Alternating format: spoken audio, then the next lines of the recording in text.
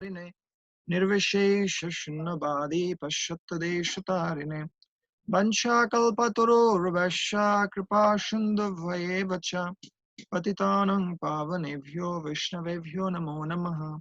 जयोऽस्ति कृष्ण चैतन्य प्रभु नित्यानंद श्री अद्वैत गदाधर श्रीवासादि गौर भक्तवृंद। हरे कृष्ण कृष्ण कृष्ण हरे हरे, हरे राम राम राम हरे हरे। ओम नमो भगवते वासुदेवाय। ओम नमो भगवते वासुदेवाय। भगवते वासुदेवाय। नमो भगवते वासुदेवाय। হ্যাঁ আচ্ছা আমাকে প্রাইভেটলি পাঠাইছে, আমি হচ্ছে পাবলিকলি দিচ্ছে। হরে কৃষ্ণ। ইয়েস, কি? আপনারা একটু মুট করে রাখলে ভালো। হ্যাঁ প্রভু। আপনি ভেটেরিনারিতে কোন ডিপার্টমেন্টে আছেন? প্রভু আমি ফুড সায়েন্সে। Food science, yes. সো আমরা ভগবদ গীতায় যাচ্ছি। বিশেষ করে আমরা একটা বিশেষ সেশন নিয়ে আজকে আলোচনা করব, সেটা হচ্ছে ইয়েস ভগবদ গীতার গীতা অমৃত। দিছেন আপনি? হ্যাঁ আপনি এভরিওয়ানে দিছেন বোধহয়। এভরিওয়ান। হ্যাঁ ইয়েস, শিলা প্রভুপাদ কৃত ভগবদ গীতা থেকে আমরা সরাসরি দেখব। বিশেষ করে আপনারা মুট করে রাখুন, তাহলে ভালো হয়। হ্যাঁ প্রভু, বাকিরা ইয়েস, আনমিউট। আপনারা দেখতে পাচ্ছেন কি? হ্যাঁ প্রভু। আমরা একসাথে তাহলে পাঠ করি। ওকে প্রভু। শারত্যম অর্জুন সাদৌ শারদতম অর্জুন সাদৌ কুর্বন গীতামৃতম দদৌ পূর্বম গীতা অমৃতম দদৌ লোকত্রয়োপকারায় লোকত্রয় উপকারায় তস্मै কৃষ্ণাত্মনে নমঃ। তস্मै কৃষ্ণ আত্মনে নমঃ।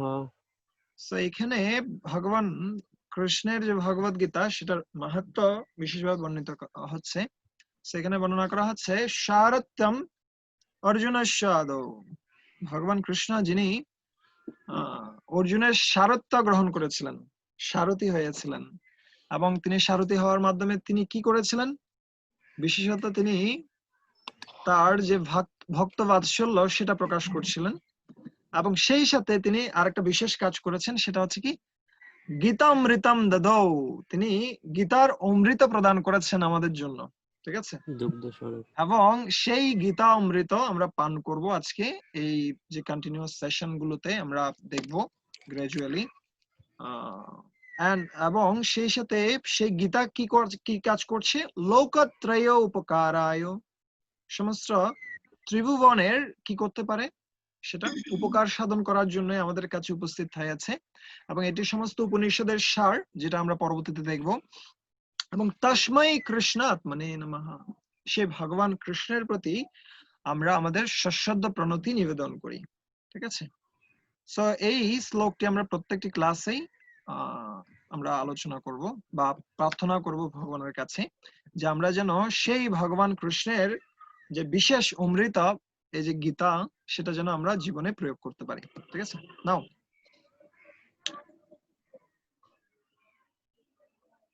ইয়েস, এখানে আমরা দেখতে পাচ্ছি শ্রীল প্রভুপাদ প্রথম যখন ভগবদ গীতা প্রেস করছিলেন, সে ভগবদ গীতাটা ছিল প্রধানত, সেই ভগবদ গীতাটা হচ্ছে ম্যাকমিলন কোম্পানি থেকে সেটা প্রেস করা হয়েছিল। প্রথম যে ভগবদ গীতাটি, সেটা সম্বন্ধে শিল প্রভুপাদ লিখছেন এখানে। সো আমরা সেই লেখাটিতে যাব সরাসরি ভগবদ গীতা যথাযথে। ভগবদ গীতার যে ইন্ট্রোডাকশন, সেখানে শিল প্রভুপাদ খুব সুন্দরভাবে লিখছেন এই বিষয়টা নিয়ে। My dear PDF, you work. সাধারণত কি করা হয়? সাধারণত কোন একটি গ্রন্থ যখন লেখা হয়, সেখানে কি থাকে? প্রথমে থাকে প্রশংসা বাণী। প্রশংসা বাণীতে সাধারণত যারা কি রয়েছেন, যারা ক্রিটিক্সরা রয়েছেন, সমালোচকরা রয়েছেন, তারা গ্রন্থকার সম্বন্ধে বলেন এবং গ্রন্থটি সম্বন্ধে বলেন। তো সেটি আমরা সেটি ঠিক একটা ব্রিজের মতো, পাঠককে লেখকের সাথে কি করে সংযুক্ত পরিচিত করে, করে দিয়ে। পরিচিত করিয়ে দেয়। ঠিক আছে, সেটা হচ্ছে কার কাজ? প্রশংসার কাজ। ঠিক আছে, যেটা অন্য ব্যক্তি করেন। এখানে আমরা ভগবত গীতার ক্ষেত্রে দেখতে পাচ্ছি, ভগবত গীতার ক্ষেত্রে অনেক ব্যক্তিরা এর প্রশংসা করেছেন, এবং তৎকালীন সময়ের অনেক বিখ্যাত ব্যক্তিরা বা যারা কি ছিলেন, বিভিন্ন প্রতিষ্ঠানের শ্রেষ্ঠ ব্যক্তি ছিলেন, তারাও কি করছিলেন? শিলা প্রভুপাদের প্রশংসা করছিলেন। প্রভু স্ক্রিনটা দেখতেছি না। ইয়েস, আমরা স্ক্রিন দেখাবো। আচ্ছা আচ্ছা, ওকে ইয়ারটা প্রভু। কাজ করছে না, ওই জন্য। ইয়েস, নাও এখন দেখতে পাচ্ছেন আপনারা। ঠিক আছে, সো আমরা এখানে দেখতে পাচ্ছি ইউ ডিয়ার ওয়ার্ক। হ্যাঁ হ্যাঁ, ইয়েস, শিলা প্রভুপাদ। হ্যাঁ, এখানে শিলা প্রভুপাদ এই যে ভগবত গীতা সেটি সমর্পণ করছেন বলদেব বিদ্যাভূষণের প্রতি। বৈষ্ণবাচার্য বলদেব বিদ্যাভূষণ।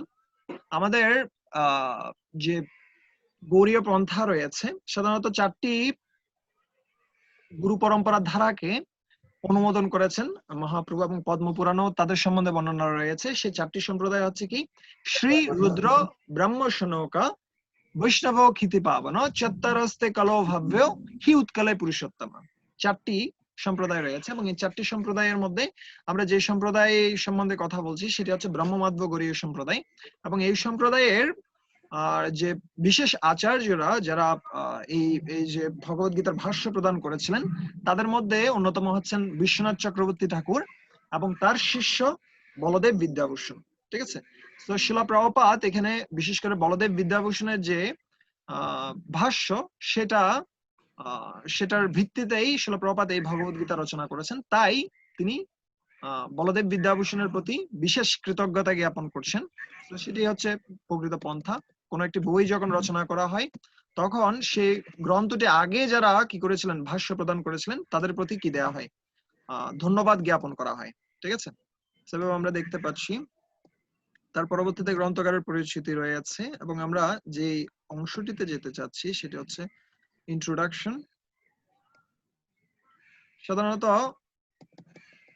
এই যে ভূমিকা এবং মুখবন্ধ, এই গ্রন্থটির ভূমিকা এবং মুখবন্ধ একই ব্যক্তি রচনা করেছেন, শিলা প্রভুপাদ।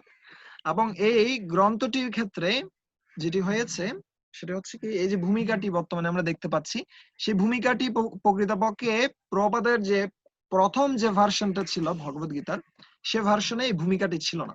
ঠিক আছে, এই ভূমিকাটি পরবর্তীতে কি করা হয়? সংযোজিত করা হয় দ্বিতীয় ভার্সনটিতে। এবং প্রথম যে ভার্সনটি, সেই ভার্সনটি সাধারণত লিখেছিলেন, প্রথমটি প্রকাশিত হয় ম্যাকমিলান কোম্পানির মাধ্যমে। সেজন্য শিলা প্রভুপাদ এখানে বর্ণনা করছেন, মেসার্স ম্যাকমিলান এন্ড কোম্পানিও পূর্ণ আকারে গ্রন্থটি প্রকাশ করতে সম্মত হন। প্রথম যেবার কি করা হয়েছিল, প্রেস করা হয়েছিল, আমরা ম্যাকমিলান কোম্পানি থেকে প্রথম যে ভগবত গীতা প্রেস করেছিলেন শিলা প্রভুপাদ, সেটা সম্বন্ধে একটু করে জানবো। শিলা প্রভুপাদ যখন ভারতে ছিলেন, তখন তিনি কি ছিলেন? তিনি একজন আদর্শ পণ্ডিত ছিলেন। প্রত্যেক ব্যক্তিরা তাকে চিনতেন, এবং শ্রেষ্ঠ ব্যক্তি যারা ছিলেন, প্রেসিডেন্ট থেকে শুরু করে লাল বাহাদুর শাস্ত্রী থেকে শুরু করে, এই সমস্ত ব্যক্তিরা শিলা প্রভুপাদের যে গ্রন্থ, বিশেষ করে শ্রীমদ্ ভাগবতম, সেই ভাগবতমের প্রশংসা করেছিলেন। এবং সেই ভাগবতমকে নিয়ে তিনি যখন পাশ্চাত্য দেশে গমন করেছেন, সেখানে তিনি কি করছিলেন? তিনি একটু অসহায় হয়ে পড়েছিলেন। বিশেষ করে তার আশেপাশে যে সমস্ত ব্যক্তিরা ছিলেন, তারা সবাই হিপ্পি ছিল। তাদের সাথে উচ্চ স্তরের যারা ব্যক্তিরা রয়েছে, বিশেষ করে যারা কি রয়েছেন, সমাজের স্কলার টাইপের যারা ব্যক্তিরা রয়েছেন, যারা কি গ্রন্থকার বা এই সমস্ত কিছুর সাথে একটা লিঙ্কড, সে ধরনের ব্যক্তি ছিলেন না। তারা প্রকৃতপক্ষে এই যে পুরো সমাজ জীবন থেকে বিচ্ছিন্ন ছিলেন। তাই শিলা প্রভুপাদের ক্ষেত্রে কিছুটা প্রাথমিক পর্যায়ে একটু কি হয়েছে, ব্যাগ পেতে হয়েছে তার গ্রন্থগুলো ছাপাতে গিয়ে। তাই তিনি প্রথমবারের মতো তার শিষ্যদেরকে বলছিলেন, তোমরা বিভিন্ন গ্রন্থকারের কাছে যাও, তাদের কাছে গিয়ে বলো যে আমাদের এই যে গ্রন্থটি ভগবত গীতা, সেটি যেন তারা প্রেস করে। সো তখনকার সময়ে বিশেষ করে হয়গ্রীব প্রভু এবং ব্রহ্মানন্দ প্রভু, আমরা হরে কৃষ্ণ এক্সপ্লোশন নামে একটা গ্রন্থ রয়েছে, যেখানে হয়গ্রীব প্রভু এটা বর্ণনা করছেন। সো তারা বিভিন্ন কোম্পানিতে গিয়ে গিয়ে বলতো আমাদের এই ভগবত গীতাটা আপনারা প্রেস করতে পারেন, কিন্তু কেউ সেটা গ্রহণ করতো না। কেন? কারণ এই যে শিলা প্রভুপাদের যে লিখনী ক্ষমতা, এটা সম্বন্ধে কেউ জানতো না, এবং অপরিচিত কোনো ব্যক্তিকে পাশ্চাত্যবাসী গ্রহণ করতে চায় না। তার কারণে শিলা প্রভুপাদের গ্রন্থ কেউ গ্রহণ করছিল না। এবং একটা পর্যায়ে গিয়ে কি হয়েছে, ম্যাকমিলন কোম্পানি থেকে একটা কল এসেছে হয়গ্রীব প্রভুর কাছে, ম্যাকমিলন কোম্পানি থেকে। তো হয়গ্রীব প্রভুর কাছে যখন কল এসেছে, তারা খুব খুশি, না অন্ততপক্ষে এবারে আমাদের এই যে ভগবত গীতা সেটা প্রকাশিত হবে। সো ম্যাকমিলন কোম্পানিতে গেলেন, যাওয়ার পরে তিনি জানতে পারলেন যে প্রকৃতপক্ষে সেটা ম্যাকমিলন কোম্পানির যিনি মালিক বা উচ্চপদস্থ কর্মকর্তা কেউ চায়নি, সেখানকার একটা ক্লার্ক বা একটা খুব নিম্নপদস্থ একটা কর্মকর্তা ওই নিজের জন্য একটা কি চেয়েছে, ভগবত গীতা চেয়েছে। সেটা যখন শুনেছে ওদের হৃদয়টা ভেঙে গেল। ইস, আমরা প্রভুপাদকে এত করে বলে আসলাম যে আমরা প্রভুপাদের এই যে গ্রন্থ কি করতে যাচ্ছি, প্রকাশ করতে যাচ্ছি, কিন্তু সেটা আর হলো না। সেই এইভাবে যখন ওদের মনটা খুব খারাপ, হয়গ্রীব প্রভু এবং ব্রহ্মানন্দ প্রভুর, তখন কি হচ্ছে, হঠাৎ করে যে ক্লার্কটার সাথে তিনি কথা বলছিলেন, তারা কথা বলছিলেন, সেখানে আরেকজন ব্যক্তি এসেছেন, এবং আরেকজন ব্যক্তি আসার সাথে সাথে ক্লার্কটি খুব কি হয়ে গেছেন, তিনি ভীত সন্ত্রস্ত হয়ে গেছেন, শ্রদ্ধা অবনত চিত্তে তিনি সালাম দিচ্ছেন। এর পরে তিনি জিজ্ঞেস করছেন, হয়গ্রীব প্রভু জিজ্ঞেস করছেন তাকে যে উনি কে, কে উনি, আপনি আসার সাথে সাথে, উনি আসার সাথে সাথে আপনি এত বেশি শ্রদ্ধা পরায়ণ হয়ে গেলেন। তখন আহ হয়গ্রীব প্রভুকে ওই ক্লার্কটি বলছে, আসলে উনি হচ্ছেন আমাদের এই যে ম্যাকমিলন কোম্পানি, সেই কোম্পানির তিনি হচ্ছেন সিইও, চিফ এক্সিকিউটিভ অফিসার। এটা যখন শুনেছেন, তখন হয়গ্রীব প্রভুর মনে একটু আশা জেগেছে। ইয়েস। সো জিজ্ঞেস করছে, আমি কি ওনার সাথে কথা বলতে পারি, একটু কথা বলবো আমরা আমাদের এই ভগবত গীতা নিয়ে। তখন বলছে উনি উনি খুব ব্যস্ত, উনি কিভাবে কথা বলবেন আপনাদের সাথে, ওনার ওই ধরনের কোনো কি নেই, সময় নেই। তখন কি করছে, ওই ব্যক্তিটাই, সিইওটাই হঠাৎ করে বের হয়ে গেছে তার রুম থেকে। তার রুম থেকে বের হয়ে জিজ্ঞেস করছে, আচ্ছা তোমরা কি কোনো স্বামীর সাথে সম্পর্কিত আছো, কোনো স্বামীর সাথে? বলছে হ্যাঁ, আমরা শ্রীলা শ্রী ভক্তিবেদান্ত স্বামী শিলা প্রভুপাদের সাথে সম্পৃক্ত রয়েছি। বলছে রিয়েল স্বামী নাকি ফেক স্বামী? তখন এরা দুজন বলছে ইয়েস, রিয়েল স্বামী, রিয়েল রিয়েল, এর থেকে রিয়েল আর কেউ হয় না। উনি খুব অথরিটেটিভ ভাবে কি করেছেন, এই যে ভগবত গীতাকে প্রেজেন্ট করেছেন। আপনি কি করতে পারেন, এই যে কি আমাদের এই যে গ্রন্থ দেখতে পারেন। তখন উনি জিজ্ঞেস করছেন যে আসলে আমরা একটা পুরো সেট বের করছি, বিভিন্ন ধর্মগ্রন্থগুলো আমরা ইতিমধ্যে কোরআন বের করেছি, আমরা ইতিমধ্যে বাইবেল বের করেছি, আমরা ত্রিপিটক বের করেছি। আমি চিন্তা করছি তোমাদের যে সনাতন ধর্মাবলম্বীদের একটা আমরা বই বের করব। তোমাদের কাছে এই ধরনের কি বই রয়েছে, তোমাদের কাছে কি ভগবত গীতা আছে? তখন এদের মনে খুব আনন্দ, ইয়েস আমাদের কাছে ভগবত গীতা আছে। হ্যাঁ, এই দেখুন ভগবত গীতা খুব সুন্দর কি রয়েছে এখানে, প্রত্যেকটি ওয়ার্ড বাই ওয়ার্ড ট্রান্সলেশন আছে, অনুবাদ আছে, পারপোর্ট আছে, এত সুন্দর ভগবত গীতা আপনি কোথাও পাবেন না। সেই যখন বলছে, তখন ও দেখছে আসলে খুব সুন্দর, খুব সুন্দর, ভালো লাগছে। এবং একটা পর্যায়ে গিয়ে বলছে, ঠিক আছে খুব সুন্দর, কিন্তু তোমাকে বইয়ের সাইজটা কমাতে হবে। আমরা সাধারণত 400 পেজের মধ্যে মানে কি কোনো একটা বই ছাপাই, 400 পেজের বেশি হলে আমি কি করি না, বই ছাপাই না। তো এই যখন বলছে, তখন ওদের মনে একটু কি লেগেছে, খারাপ লেগেছে, যে না প্রভুপাদের বইটাকে কাটতে বলছে, তাহলে কি হবে। ওই জন্য শিলা প্রভুপাদ এখানে বর্ণনা করছেন, আমরা দেখতে পাচ্ছি, দেখুন শিলা প্রভুপাদ এখানে বলছেন, কি বলছেন, যখন আমরা প্রথমবারের মতো বের করছিলাম পাণ্ডুলিপিটি, তখন সংক্ষিপ্ত করে 400-র কম পৃষ্ঠে দাঁড় করানো হয়, এবং তাতে কোনো ছবি ছিল না, এবং ভগবত গীতার অধিকাংশ শ্লোকের কোনো ব্যাখ্যা দেওয়া সম্ভব হয়নি। এবং যখন শিলা প্রভুপাদের এই কাজটি করছিলেন হয়গ্রীব প্রভু, তিনি চিন্তা করতে হচ্ছিল প্রভুপাদের এই বইয়ের কোন অংশটা গুরুত্বপূর্ণ, কোন অংশটা গুরুত্বপূর্ণ নয়। এজন্য তাকে কিছু কিছু অংশ কেটে ফেলে দিতে হয়েছিল, এবং তার খুব কষ্ট হচ্ছিল, এটা তিনি বর্ণনা করছেন। এবং পরবর্তীতে কি হলো, প্রভুপাদের এই গ্রন্থটি যখন প্রকাশিত হলো, তখন সারা পৃথিবী জুড়ে সেটার খুব কদর বেড়ে গেল। এবং কদর বেড়ে যাওয়ার ফলে এখানে বর্ণনা করছে খুব প্রামাণিক এবং পণ্ডিত সুলভ হয়, এবং তার এবং বর্ণনা করা হচ্ছে এখানে চাহিদা বেশ বাড়তে লাগলো। তখন অনেক পণ্ডিত ও ভক্ত এই গ্রন্থটি পূর্ণ আকারে প্রকাশ করার জন্য আমাদেরকে অনুরোধ জানিয়েছেন। শিলা প্রভুপাদ এটা লিখছেন ভূমিকাতে। এবং তখন কি করেছেন শিলা প্রভুপাদ, পরবর্তীতে ইসকন প্রেসের মাধ্যমে এই যে ভগবত গীতা সেটি তিনি প্রকাশিত করেন ইসকন প্রেসের মাধ্যমে। এবং ইসকন প্রেস পরবর্তীতে পরিণত হয় কিসে, ইসকন প্রেস থেকে বিবিটি সৃষ্টি হয় ভক্তি বেদান্ত বুক ট্রাস্ট, যেটি সারা পৃথিবী জুড়ে কি করছেন, এই যে ভগবত গীতা আদি শাস্ত্র সমূহ প্রকাশ করছেন। সো আমাদের জন্য এই যে কি ভগবত গীতা আমরা পড়ছি, কিন্তু ভগবত গীতার যে পেছনে যে হিস্ট্রি সেটাও আমাদের জন্য জানা প্রয়োজন, সেটার জন্যই আপনাদের সাথে আমরা শেয়ার করলাম। পরবর্তীতে শিলা প্রভুপাদ যেটি বর্ণনা করছেন যে আসলে আমাদের এই যে কৃষ্ণ ভাবনামৃত সংঘ সেটি কোনো কি নয়, ভাবুক কোনো সংগঠন নয়, এটি প্রকৃতপক্ষে খুব অকৃত্রিম, ঐতিহাসিক, প্রমাণসিদ্ধ, স্বতঃস্ফূর্ত এবং অপাকৃত আন্দোলন, কারণ তা যথার্থ ভগবত গীতার উপর, ভগবত গীতার ভিত্তির উপর প্রতিষ্ঠিত। ইয়েস। এবং শিলা প্রভুপাদ এখানে বর্ণনা করছেন এই যে আমরা যদিও কাজ করছি ওই সময়টাতে তিনি হিপ্পিদের নিয়ে কাজ করছিলেন, যদি আমি হিপ্পিদের নিয়ে কাজ করছি, প্রকৃতপক্ষে আমাদের এই যে সংগঠনটি এটি খুব গভীর একটা সংগঠন, এবং শ্রী চৈতন্য মহাপ্রভু, রামানুজাচার্য, মধ্বাচার্য সহ বিশেষ বিশেষ ব্যক্তিরা কি করছেন, এই যে কৃষ্ণ ভাবনামৃতের যে সুফল সেটি বর্ণনা করছেন। এবং আমরা প্রভুপাদ অত্যন্ত খুশি হয়েছেন যে আমার অনেক শিষ্যের বাবা এবং ঠাকুরদারাও আমাদের এই মহৎ সংস্থাটির আন্তর্জাতিক কৃষ্ণ ভাবনামৃত সংঘের আজীবন সদস্য হয়ে তাদের সহানুভূতি জানাচ্ছেন। ঠিক আছে, তো এই বিষয়টি বর্ণনা করছেন। কেন? কারণ ওই সময়টিতে এমন একটা সিচুয়েশন ছিল, যে সিচুয়েশনটিতে শিলা প্রভুপাদ কি করতে পারছিলেন না। শিলা প্রভুপাদের সাথে যারা ছিলেন তারা যদিও কি থেকে, পুরো সমাজ থেকে বিচ্ছিন্ন, তথাপি তিনি তাদেরকে আবার সমাজে ফিরিয়ে নিয়ে আসছিলেন এবং এমন একটা চরিত্র দান করছিলেন যে চরিত্রটা ছিল সম্পূর্ণরূপে নিষ্কলুষ। ঠিক আছে, সো নাও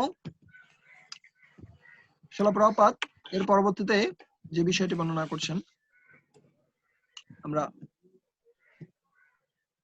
ইয়েস, শিলা প্রভুপাদ পরবর্তীতে বর্ণনা করছেন যে তার যে সমস্ত কৃতিত্ব, আমরা এখানে অনেকগুলো লেসন নিব।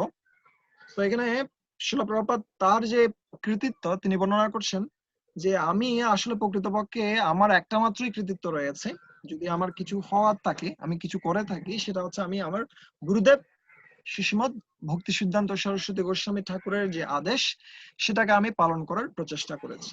এটাই ছিল আমার একমাত্র যোগ্যতা, এছাড়া আমার অন্য কোনো কি ছিল না, যোগ্যতা ছিল না। শিলা প্রভুপাদ তাই লিখছেন এখানে, কি লিখছেন প্রভুপাদ? স্পিকার, ইয়েস, প্রভুপাদ লিখছেন এখানে, এই সম্পর্কে যদি আমার কোনো কৃতিত্ব থেকে থাকে তবে সেটি আমার ব্যক্তিগত কৃতিত্ব নয়, তা আমার পরমারাধ্য গুরুদেব ওম বিষ্ণুপাদ পরমহংস পরিব্রাজকাচার্য অষ্টোত্তর শত শ্রীমৎ ভক্তি সিদ্ধান্ত সরস্বতী গোস্বামী ঠাকুরের প্রভুপাদের কৃতিত্ব। সো আমাদের লাইফেও হয়তো আমরা অনেক কিছুই করছি, কিন্তু প্রকৃতপক্ষে আমাদের ফিল করা উচিত আমরা যা কিছু করছি সেটা শ্রী গুরুদেব, শিলা প্রভুপাদ এবং বৈষ্ণব আচার্যবৃন্দ এবং ভগবান কৃষ্ণের বিশেষ কৃপার ফলে হচ্ছে। আমরা এই যে ভগবত গীতা পাঠ করার সুযোগ পাচ্ছি, সেটিও আমরা পাচ্ছি কার মাধ্যম দিয়ে? আমরা গুরু বৈষ্ণবদের কৃপার মাধ্যম দিয়ে। সো শিলা প্রভুপাদ সেটি আমাদেরকে কিসের মাধ্যম দিয়ে দেখাচ্ছেন? এই যে ভগবত গীতায় তিনি খুব সুন্দরভাবে আমাদেরকে দেখাচ্ছেন এই বিষয়টি। ইয়েস, শিলা প্রভুপাদ বর্ণনা করছেন, ইয়েস, বর্ণনা করছেন এই যে আমরা হ্যাঁ, এ বিষয়ে যদি আমার যদি কোনো কি থাকে, কৃতিত্ব থাকে, সেটি শুধু এই জন্যই যে ভগবত গীতাকে আমি অবিকৃতভাবে নিবেদন করার চেষ্টা করেছি। আমার এই ভগবত গীতা যথাযথ নিবেদন করার আগে ভগবত গীতার যতগুলি অনুবাদ হয়েছে তার সব কয়টি সংস্করণেই গ্রন্থকারের ব্যক্তিগত উচ্চ অভিলাষ চরিতার্থ করার উদ্দেশ্যে প্রকাশিত হয়েছে। তো প্রভুপাদ এই কথাটি আরো কয়েকবার বর্ণনা করবেন, আমরা ইয়াতেও দেখতে পাবো আমাদের যে মুখবন্ধ সেখানেও আমরা এই বিষয়টি দেখবো, এবং ভগবত গীতার অভ্যন্তরে আমরা অনেকগুলো শ্লোকে দেখবো সেটা প্রভুপাদ কিভাবে বর্ণনা করছেন যে প্রকৃতপক্ষে এর আগের যে সমস্ত সংস্করণ গুলো ছিল সে সংস্করণ গুলো প্রকৃতপক্ষে ভগবান কৃষ্ণকে বাদ দিয়ে ভগবত গীতা গ্রহণ করতে চেয়েছিলেন, ঠিক অর্ধ কুকুটির মতো।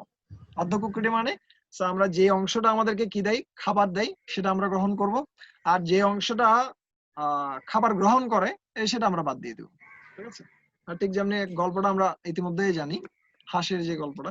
সো এরাও কি করতে চাচ্ছিল, ভগবানকে তাদের নিজস্ব চিন্তা ভাবনায় গ্রহণ করতে চেয়েছিল, এবং ওই জন্য প্রবাদ বর্ণনা করছেন আমার একটা মাত্রই কি রয়েছে, যোগ্যতা রয়েছে, সেটা হচ্ছে আমরা আমরা যে ভগবান কৃষ্ণের বাণী সেটাকে অবিকৃতভাবে গ্রহণ করার এবং প্রকাশ করার প্রচেষ্টা করেছি। এবং এইখানকার পরবর্তী যে বিষয়গুলো রয়েছে সেগুলো মুখবন্ধের সাথে মিল রয়েছে, সেটা আমরা পরবর্তীতে বর্ণনা করছি। সেখানে প্রপাত শিল প্রপাত সাথে সাথে এখানে বর্ণনা করছেন যে উদ্দেশ্য সাধন করার জন্য ব্রহ্মার প্রতিদিনে একবার অর্থাৎ প্রতি 860 কোটি বৎসরে ভগবান শ্রীকৃষ্ণ এই পৃথিবীতে অবতরণ করেন, সে উদ্দেশ্যকে অনুপ্রাণিত করে বদ্ধ জীবদের পথ প্রদর্শন করবার জন্যই এই ভগবত গীতায় যথাযথ প্রকাশিত হয়েছে। শিল প্রপাত শুধুমাত্র এই জগতের ঘটনাই বর্ণনা করছেন না, তিনি এই জগতের সাথে চিন্ময় জগৎকেও লিঙ্ক করে দিচ্ছেন। এখানে বর্ণনা করছেন তিনি কোন একজন ওয়েস্টার্ন ব্যক্তি যখন প্রথমবারের মতো এটি দেখবেন, হঠাৎ করে এখানে প্রথমে বর্ণনা করছেন ভগবত গীতা, এই ধরনের ভগবত গীতা আমরা প্রেজেন্ট করার প্রচেষ্টা করছি, কিন্তু হঠাৎ করে তিনি কোথায় নিয়ে যাচ্ছেন? ট্রান্সিডেন্টাল রিয়েলিটিতে নিয়ে যাচ্ছেন। কোথায়? তিনি বর্ণনা করছেন যে কি সহস্র যুগ পর্যন্তম অর্হৎ যদ ব্রহ্মণো বিদো। সহস্র যুগ পর্যন্ত মানে সত্য, ত্রেতা, দাপর, কলি।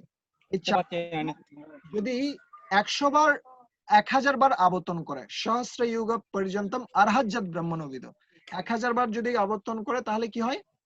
ব্রহ্মার একদিন হয়। এবং এই একই সময় পরিমাণ কি হচ্ছে? ব্রহ্মার এক রাত। তো এইভাবে ব্রহ্মার পুরো একদিনে ভগবান কৃষ্ণ একবার আমাদের কাছে আসেন এবং একবার তিনি কি করেন? এই যে ভগবত গীতার জ্ঞান আমাদেরকে সরাসরি প্রদান করেন, সেই সুযোগটা আমরা প্রাপ্ত হয়েছি। সেখানে বর্ণনা করছেন যে অনুপ্রাণিত করার জন্য তিনি কি করেন? বদ্ধজীবদের পথ প্রদর্শন করবার জন্যই এই ভগবত গীতা যথাযথ প্রকাশিত হয়েছে। ঠিক আছে? এবং এই উদ্দেশ্যটা যখন আমরা ভুলে যাই তখন তিনি আবার আমাদেরকে শেখানোর জন্য এখানে আসেন। ঠিক আছে? তো এভাবে তিনি ব্যাখ্যা করছেন গ্রাজুয়ালি যে তিনি বর্ণনা করছেন এই কলিযুগের মানুষ কিভাবে কদত্ত করছেন, এবং তিনি অবশেষে এসে বর্ণনা করছেন যে ভগবানের বিভিন্ন অংশ হওয়ার কারণে আমরা প্রকৃতপক্ষে যদি সুখী হতে চাই আমাদেরকে অবশ্যই ভগবানের সেবায় যুক্ত হতে হবে। এবং প্রভুপাদের এই বিশেষ লাইনটি আমাদের কাছে খুব গুরুত্বপূর্ণ, সেটা হচ্ছে কি এই ভগবত গীতা যথাযথ পাঠ করে মানুষ পরম লাভবান হবে, এবং যদি একজন মানুষও ভগবানের শুদ্ধ ভক্তে পরিণত হতে পারে তাহলে আমাদের এই প্রচেষ্টা সার্থক হবে বলে আমরা মনে করি। সো ভগবত গীতার যে উদ্দেশ্য সেটা কি নয় একজন কি বানানো, একজন কি একজন পণ্ডিত অথবা স্কলার একজন ব্যক্তিতে পরিণত করা তা নয়। প্রকৃতপক্ষে যোগ, জ্ঞান, কর্ম এই কোনো কিছুই ভগবত গীতার লক্ষ্য নয়। এই ভগবত গীতার একটি মাত্রই লক্ষ্য হচ্ছে কি শুদ্ধ ভক্ত, শুদ্ধ ভক্তে পরিণত করা। ওই জন্য শিল প্রভুপাদ এখানে বর্ণনা করছেন যে আমার এই কার্যক্রম থেকে যদি কি হয় একজন মাত্র শুদ্ধ ভক্ত হয় তাহলে আমার এই প্রচেষ্টা সার্থক। ঠিক আছে? তো ওই জন্য শিল প্রভুপাদ এই যে ভগবান কৃষ্ণ বর্ণনা করছেন কি ভগবান কৃষ্ণ বলছেন কে আমাকে জানতে পারেন? আমাকে শুধুমাত্র আমার ভক্তই আমাকে জানতে পারে। অহম ভক্ত পরাধীনো হি অস্বতন্ত্র দ্বিজ সাধুগ্রস্ত হৃদয় ভক্তই ভক্ত জনপ্রিয়। আমি ভক্তদের অধীন পূর্ণরূপে, এবং ভক্তের কি অধীন? আমি ভক্তের যিনি ভক্ত তারও অধীন আমি, এবং কি হই আমরা? ভক্তই ভক্ত জনপ্রিয়। সাধুগ্রস্ত হৃদয়, আমার পুরো হৃদয়টা আমি কাকে দিয়ে দিয়েছি? আমি পূর্ণরূপে ভক্তকে দিয়ে দিয়েছি। ঠিক আছে? সেই জন্য প্রভুপাদ এখানে বর্ণনা করছেন, প্রভুপাদ বলছেন কি আমার উদ্দেশ্য নয় যে আমি অনেক বিশাল কিছু করব, আমার উদ্দেশ্য নয় যে আমি কি সারা পৃথিবী জুড়ে খ্যাতি লাভ করব, না। প্রকৃতপক্ষে আমার উদ্দেশ্য হচ্ছে যদি একজন ব্যক্তিও কৃষ্ণ ভাবনাময় হয়, একজন ব্যক্তিও ভগবত ভক্তি পরিণত হয় তাহলে এই প্রচেষ্টাটা পূর্ণরূপে সার্থক। সো সেই ব্যক্তিটা আপনি। ঠিক আছে? এটা আমার জন্যই লিখছে শিল প্রভুপাদ। সো সেটা আমাদের ফিল করা উচিত। প্রভুপাদ চাচ্ছেন যে আমরা যেন ভগবানের শুদ্ধ ভক্তে পরিণত হই। ঠিক আছে? এবং এটি শিল প্রভুপাদ তার যে ভূমিকা সেখানে তিনি সেটা শেয়ার করছেন। এবং পরবর্তীতে আমরা যাব আমাদের মুখবন্ধে। প্রকৃতপক্ষে মুখবন্ধ এবং ভূমিকা দুটি এক। একটি হচ্ছে সংক্ষিপ্ত সংস্করণ, আরেকটা হচ্ছে বৃহৎ সংস্করণ, ঠিক আছে? এর ছাড়া অন্য কোনো কিছুই নয়। সো আমরা প্রভুপাদের এই ভগবদ গীতায় আমরা দেখতে পাই প্রথমেই তিনি কি করছেন, গুরুদেবের প্রতি শ্রদ্ধার্ঘ্য নিবেদন করছেন। ওমজ্ঞানাতিমিরন্ধস্য জ্ঞানাঞ্জনা শলাকয়া চক্ষুরন্মিলিতং येन তস্मै শ্রী গুরবে নমঃ। প্রকৃতপক্ষে আমাদের যে চক্ষু সেটা কি হয়ে গেছে, ছানি পড়ে গেছে চক্ষুতে, এবং সেই চক্ষুকে যদি আমরা এই যে ছানি অপসারিত করতে চাই এবং প্রকৃতপক্ষে ভগবানকে দর্শন করতে চাই, তাহলে আমাদের কাকে প্রয়োজন? আমাদের শ্রী গুরুদেবকে প্রয়োজন। সেই শ্রী গুরুদেব কি করবেন? জ্ঞান অঞ্জন শলাকয়া। এই শলাকা শব্দটির অনেকগুলো অর্থ রয়েছে। শলাকা শব্দটির অন্য আরেকটা একটি হচ্ছে আমরা দেখতে পাই জ্ঞানের আলো, যে কলিতা, সেটিকেও শলাকা বলা হয়। আরেকটি শলাকা হচ্ছে প্রকৃতপক্ষে শল্য চিকিৎসা। অপারেশন শব্দটির বাংলা অর্থ হচ্ছে শল্য চিকিৎসা। সো যেই আয়ুর্বেদও এটা নিয়ে কাজ করা হতো, কারো যদি অপারেশন করতে হতো তারা বিশেষ একটা কি দিয়ে কাজ করতো, বিশেষ একটা শলাকা দিয়ে কাজ করত, যেটা দিয়ে কি করা যেতে পারে, মানে আমাদের যে চোখের যে কি রয়েছে, ছানি রয়েছে, সেটা পরিষ্কার করা যেতে পারে, যার মাধ্যমে আমরা দেখতে পারবো ভালোভাবে। সো এই জন্য কি করা হচ্ছে, গুরুদেবের কাছে প্রার্থনা করা হচ্ছে যে হে গুরুদেব, আপনি কি করতে পারেন, আপনি আমাদের যে অন্ধকার আচ্ছন্ন যে চক্ষু সেটার অপারেশন করতে পারেন, ঠিক আছে? হে হে গুরুদেব, আপনি কৃপাপূর্বক আমাদের চক্ষু থেকে আমাদের যে অজ্ঞান রূপ অন্ধকার রয়েছে সেটি বিদূরিত করুন, এবং যার মাধ্যমে আমরা কি করতে পারবো, এবং আমাদেরকে কি প্রদান করুন, অঞ্জন প্রদান করুন। অঞ্জন অয়েনমেন্ট, বা এটা কি বলা যেতে পারে, বিশেষ এক প্রকার মলম, যেটা প্রদান করলে চোখের যে দৃষ্টিশক্তি সেটা বর্ধিত হয়। সো আমাদের চক্ষুকেও যদি গুরুদেব কি করেন, জ্ঞান রূপ চক্ষুকে গুরুদেব যেন সেটা অপারেশন করেন এবং সেখান থেকে ছানি অপসারিত করে তিনি যেন আমাদেরকে জ্ঞান চক্ষু প্রদান করেন, সেজন্য এখানে প্রার্থনা করা হচ্ছে। এবং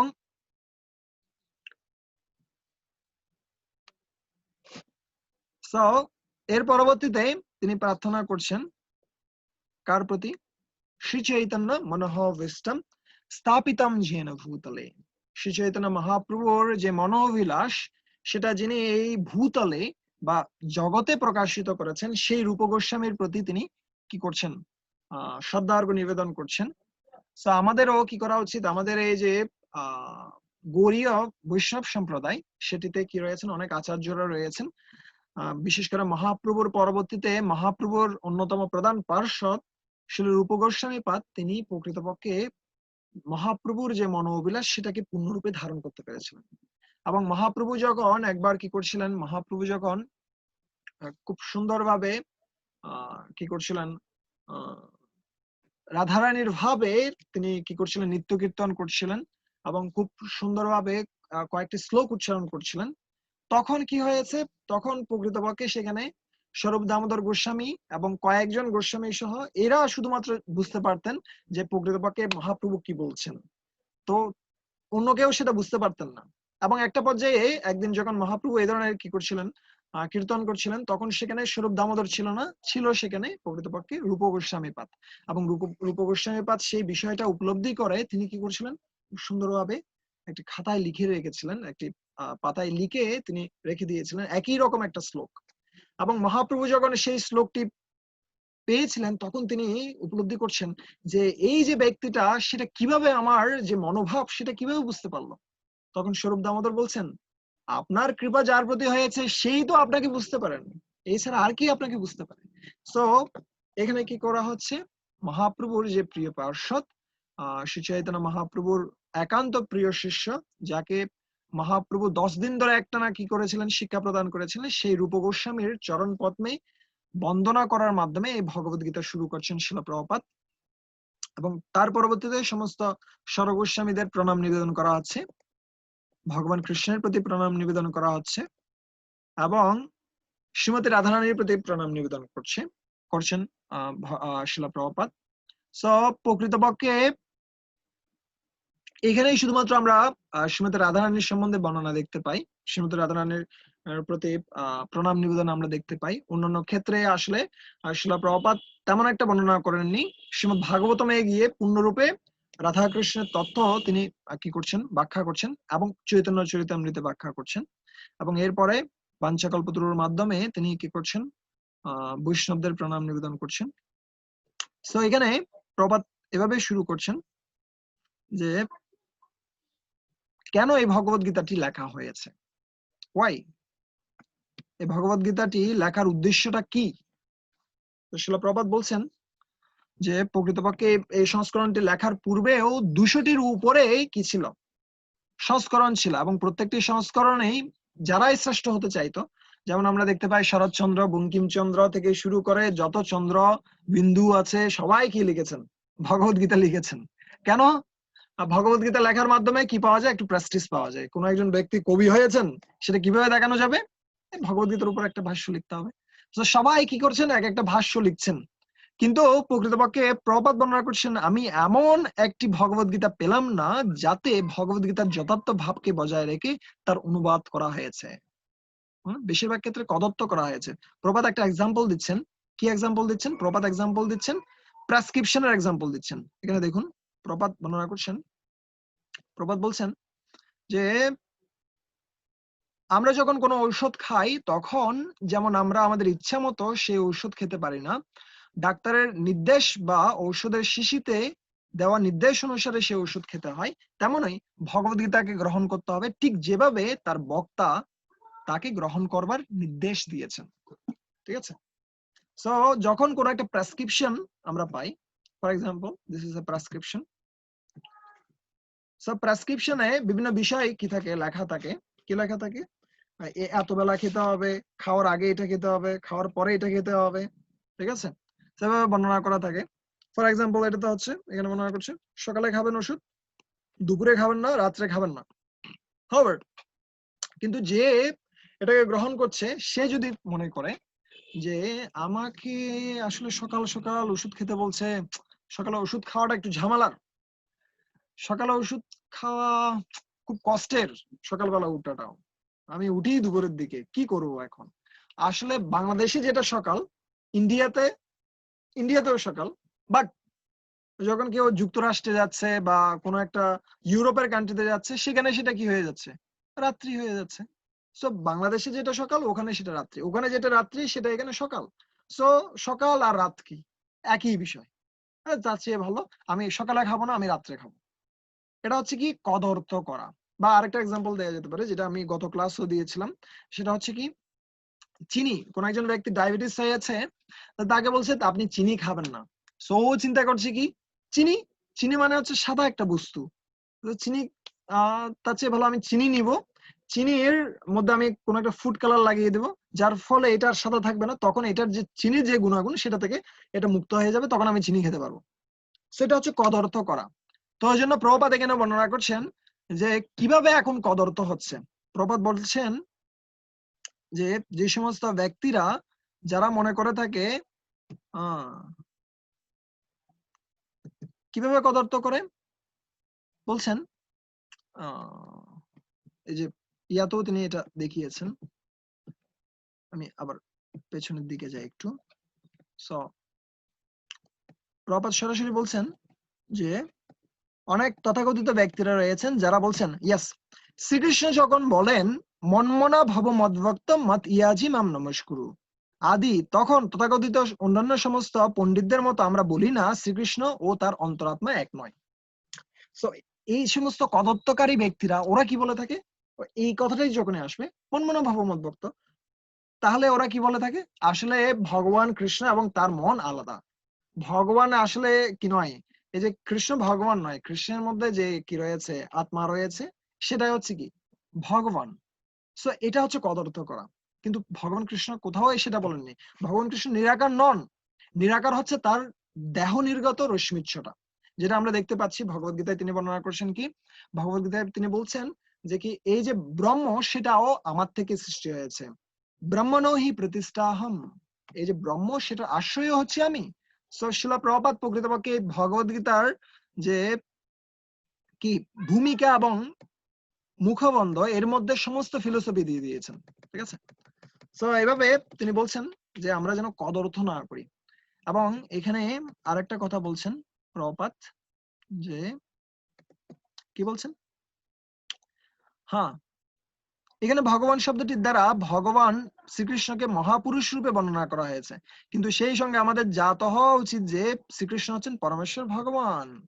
অনেকে বলে থাকেন ভগবান শব্দটি অনেক ক্ষেত্রে ব্যবহার করা হয়েছে, আরে ভগবান বলছে আর কি এখানে, কিন্তু ভগবান শব্দটা দেখো ভাগবতমে বর্ণনা করা হচ্ছে, নারদ মুনিকেও ভগবান বলে স্বীকার করা হয়েছে। কোন কোন জায়গায় কি করছে, সম্বোধন করার সময় এভাবে সম্বোধন করছে, বা ব্যাসদেবকেও ভগবান রূপে সম্বোধন করছে। কোন কোন দেবদেবীর ক্ষেত্রেও এই ভগবান শব্দটি ব্যবহার করা হচ্ছে।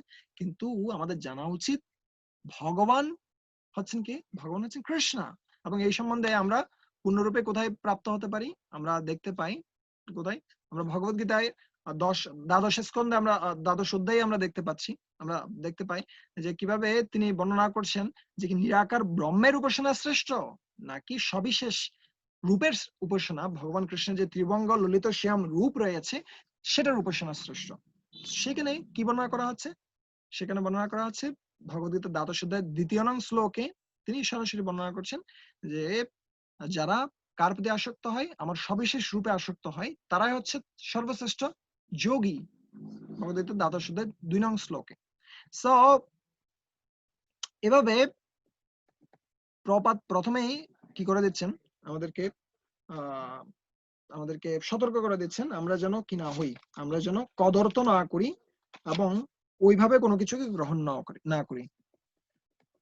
এবং এর পরবর্তীতে তিনি বর্ণনা করছেন যে তিনি 5 ধরনের ভক্তের কথা বর্ণনা করছেন, যে শান্ত, দাস্য, শোক্য, বাৎসল্য, মাধুর্য রসের যে ভক্ত, তাদের কথা বর্ণনা করছেন। ঠিক আছে, তার পরবর্তীতে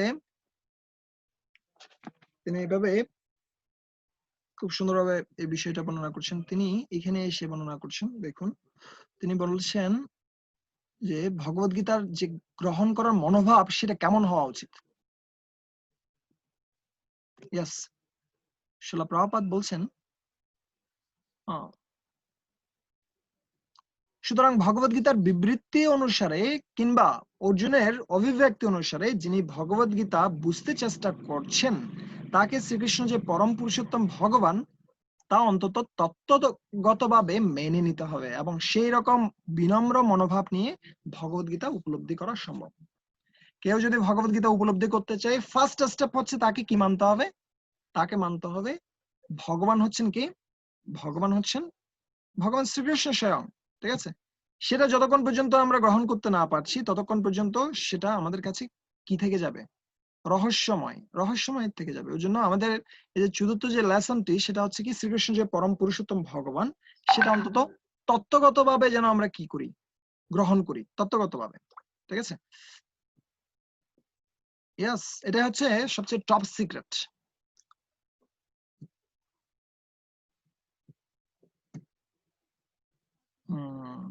স্টপ শেয়ারিং, ইয়েস, হ্যাঁ। আমরা ভগবান কৃষ্ণ যে ভগবান সেই সম্বন্ধে বিভিন্ন শাস্ত্রে যে উল্লেখ রয়েছে সেটা সম্বন্ধে আমরা সংক্ষেপে দেখব, কারণ এই বিষয়টা যতক্ষণ পর্যন্ত না আমরা কি না করছি, ক্লিয়ার না করছি, ততক্ষণ পর্যন্ত আমাদের এর অভ্যন্তরে প্রবেশ করার কোনো মানে হয় না।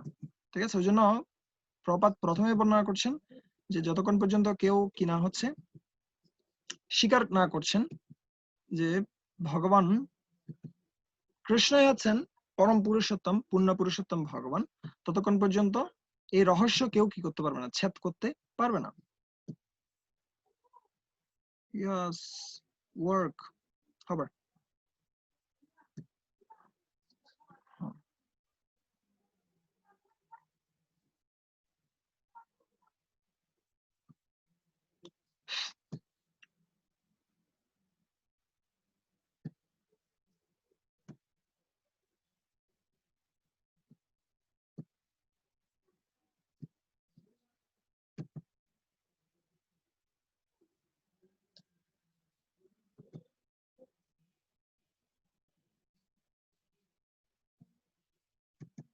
why not working?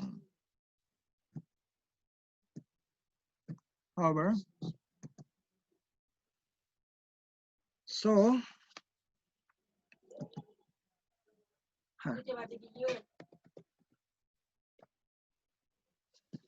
আমরা দেখতে পাচ্ছি শিলা প্রপাত, yes,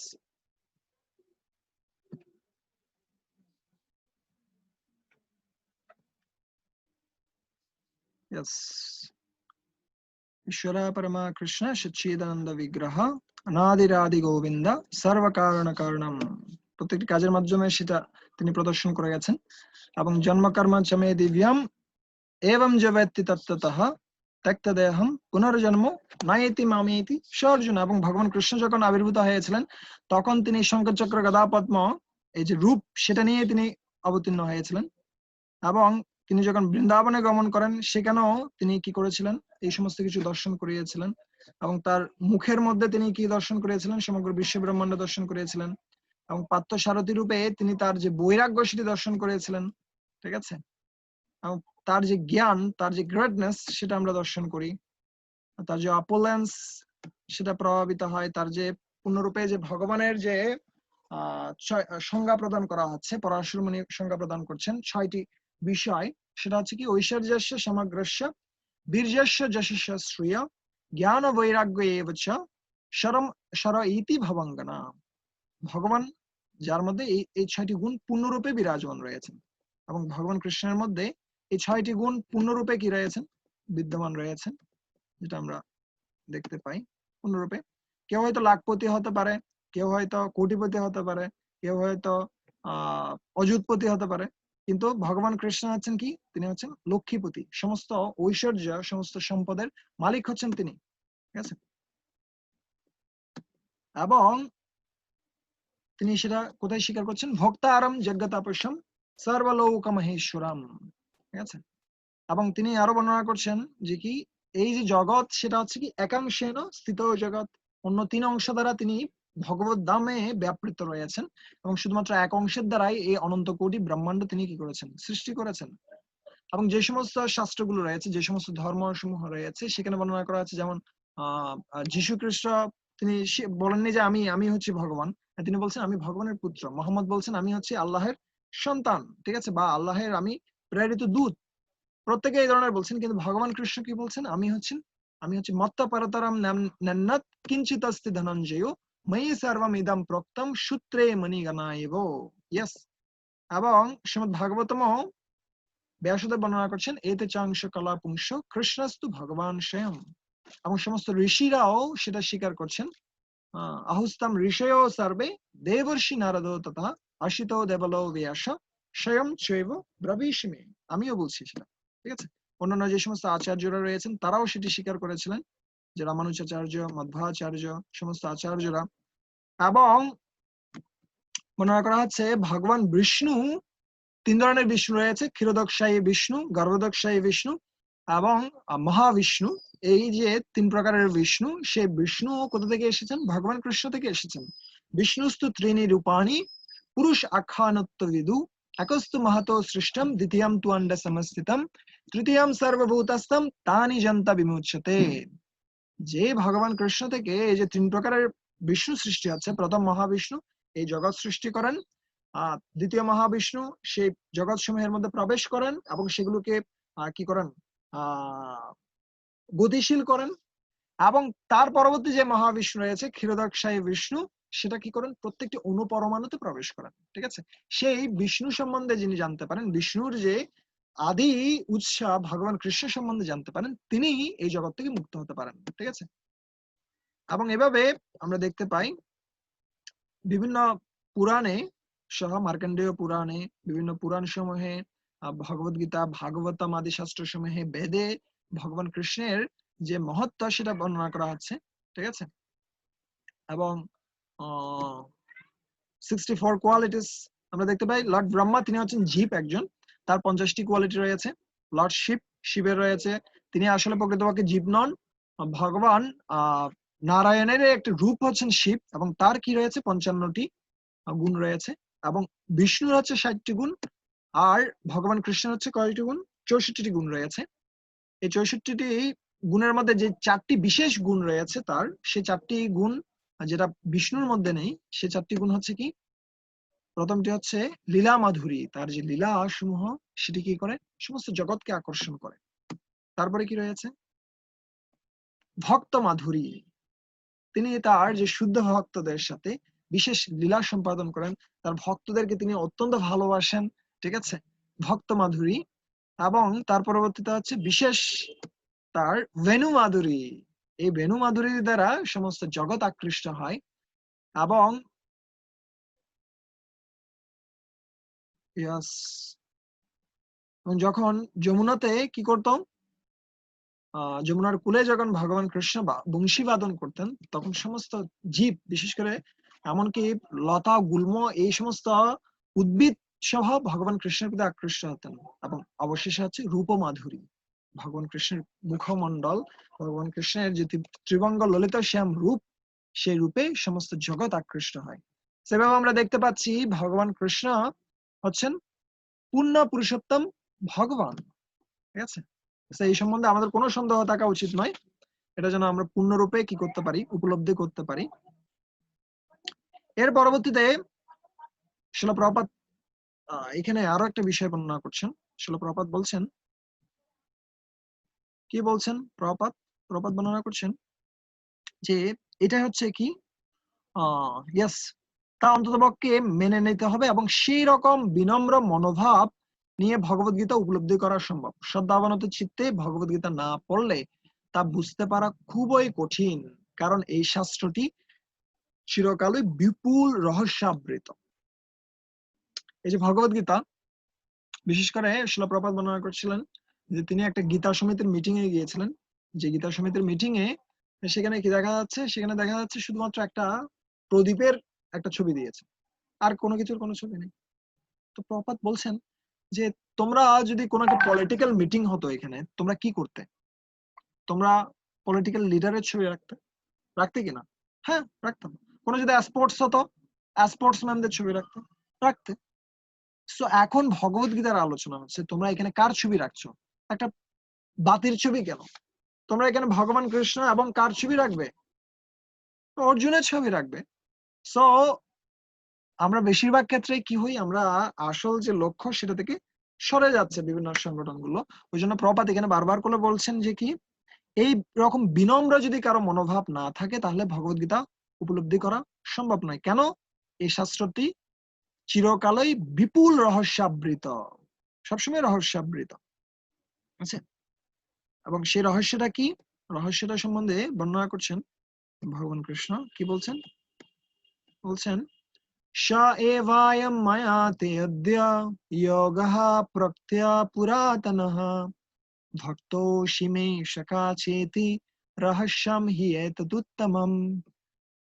হে অর্জুন, আমি তোমাকে এই ভগবদ গীতার যে পুরাতন বা বিশেষ যে জ্ঞান, যেটা সবচেয়ে এনশিয়েন্ট, পুরাতন কিন্তু নিত্য নতুন, ঠিক যেমনি কার মতো? সূর্যের মতো। সূর্য অনেক পুরনো, কিন্তু সেটা কখনো কি হয় না, পুরনো হয়ে যায় না, সেটা সবসময় নতুন, নবযৌবনাঞ্ছা। এই যে তোমাকে আমি জ্ঞান প্রদান করছি, কেন আমি তোমাকে এই জ্ঞান প্রদান করছি? কারণ তুমি আমার ভক্ত। ভক্ত অসীমে সকা চেতি রহস্যম হি এতদুত্তমম। তুমি আমার ভক্ত বিদায় তুমি আমার এই যে রহস্য, সেটাকে তুমি কি করতে পারছো? ছেদ করতে পারছো, ঠিক আছে? তোমার কাছে আমি সেটি ব্যক্ত করছি। এবং এই রহস্য শব্দটির ব্যাখ্যা করছেন শ্রীধর স্বামী এভাবে, তিনি বলছেন, ইতি রহস্যত্বাৎ সামুখেন এব ভগবতা অবিদুষমপি পুংসাম অঞ্জসাত্মলব্ধয়ে। কি রহস্য? এটা যে ভগবদ্গীতার, সেটা রহস্যটা কি? রহস্যটা হচ্ছে সমুখেন এব ভগবতা, ভগবান কৃষ্ণ স্বয়ং তার মুখমণ্ডল থেকে এই ভগবদ্গীতা কি করেছেন? আমাদের জন্য উপস্থাপন করেছেন। আর কি? অবিদুষাম অপি পুংসাম, যারা কি রয়েছেন? অবিদুষাম শব্দটার অর্থ হচ্ছে যারা অত্যন্ত নিকৃষ্ট প্রজাতির বা একদম যারা লো বর্ণ। শাস্ত্রে বর্ণনা করা আছে কিরাতহুনান্দ্র পুলিন্দা পুলকেশা, একদম নিকৃষ্ট প্রজাতির যারা ব্যক্তিরা রয়েছে, তারাও কি করতে পারে? এই যে ভগবদ গীতার জ্ঞান সহজে প্রাপ্ত হতে পারে, অঞ্জসা আত্মলব্ধে, খুব সহজেই ভগবদ গীতার এই জ্ঞান প্রাপ্ত হতে পারে যদি সে কি হয়, যদি সে যথার্থ মনোভাব নিয়ে ভগবদ গীতা পাঠ করে।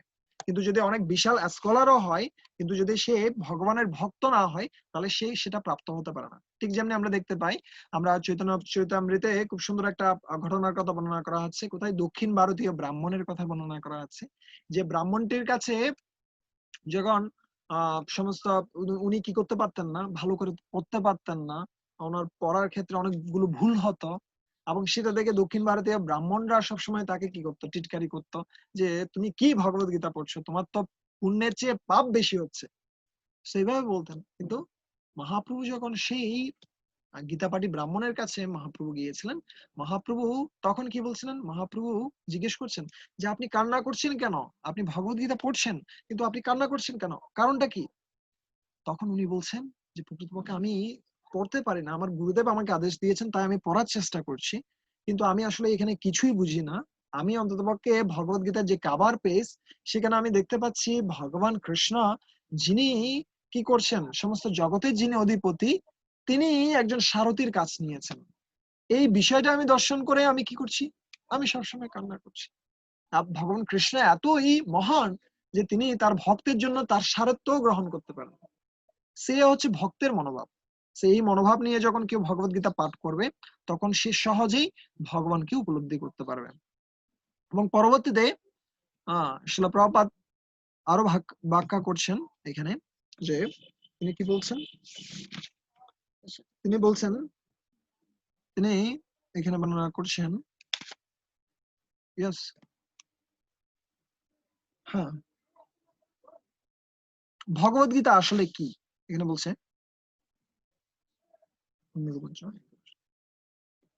ভগবত গীতা আসলে কি। ভগবত গীতার উদ্দেশ্য হচ্ছে অজ্ঞানতার অন্ধকারে আচ্ছন্ন এই জড়জগতের বন্ধন থেকে মানুষকে উদ্ধার করা। প্রতিটি মানুষই নানাভাবে দুঃখ কষ্ট পাচ্ছে, যেমন কুরুক্ষেত্রের যুদ্ধের সময়ও অর্জুন এক মহা সমস্যার সম্মুখীন হয়েছিলেন। প্রভুপাদ এখানে বলছেন যে প্রকৃতপক্ষে ভগবত গীতা হচ্ছে কি থেকে উদ্ধার করা, আমাদের যে বর্তমান যে সিচুয়েশন, আমাদের যে পরিস্থিতি, খারাপ যে পরিস্থিতি, সেটা থেকে উদ্ধার করা। তো এখানে প্রকৃতপক্ষে ভগবত গীতাকে বলা হয় যোগ শাস্ত্র।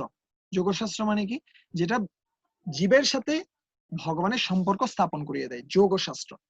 এবং এই যোগ শাস্ত্র আমরা ভগবত গীতার প্রথমেই আমরা দেখতে পাচ্ছি কি, তিনি কে অর্জুন এবং কৃষ্ণ উভয়ে যোগ ছিলেন, তারা একই কিসে রয়েছেন, একই চ্যারিয়ট, একই রথে রয়েছেন, একই সাথে তারা এক পক্ষ হয়ে যুদ্ধ করছেন, তারা যুক্ত। কিন্তু যখন যুদ্ধ শুরু হচ্ছে, তখন একটা নোট করুন, হরে কৃষ্ণ, ইয়েস। তো একটা পর্যায়ে গিয়ে তারা কি হয়ে গেছেন, তারা একসাথে রয়েছেন কিন্তু বিয়োগ হয়ে গেছে। আমি বল,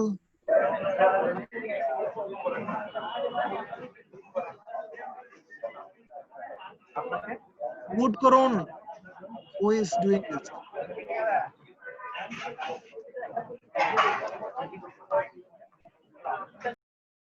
Yes, gone. Beauty run. Howard.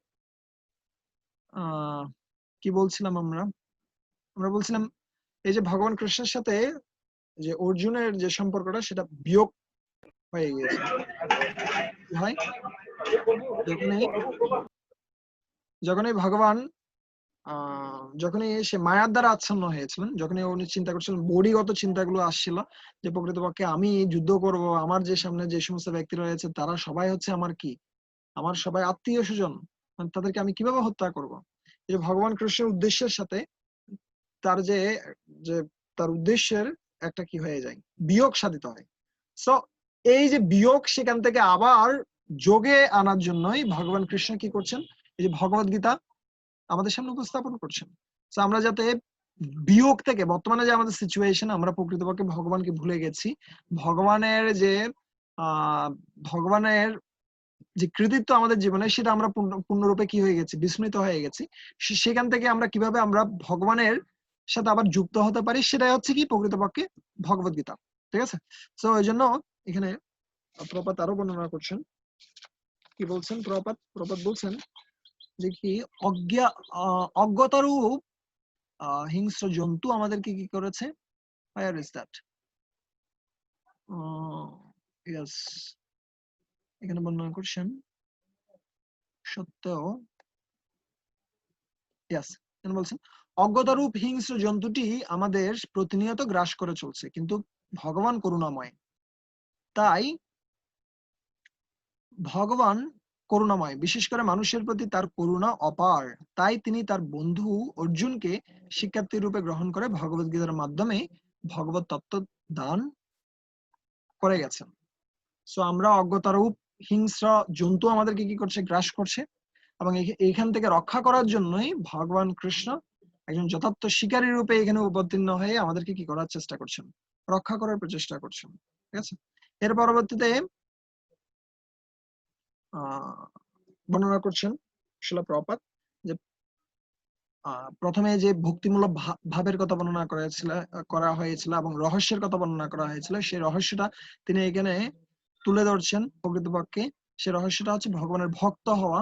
যদি কেউ ভগবানের ভক্ত হয় তাহলে সে প্রকৃতপক্ষে এই যে ভগবত গীতার বাণী সেটা উপলব্ধি করতে পারবে।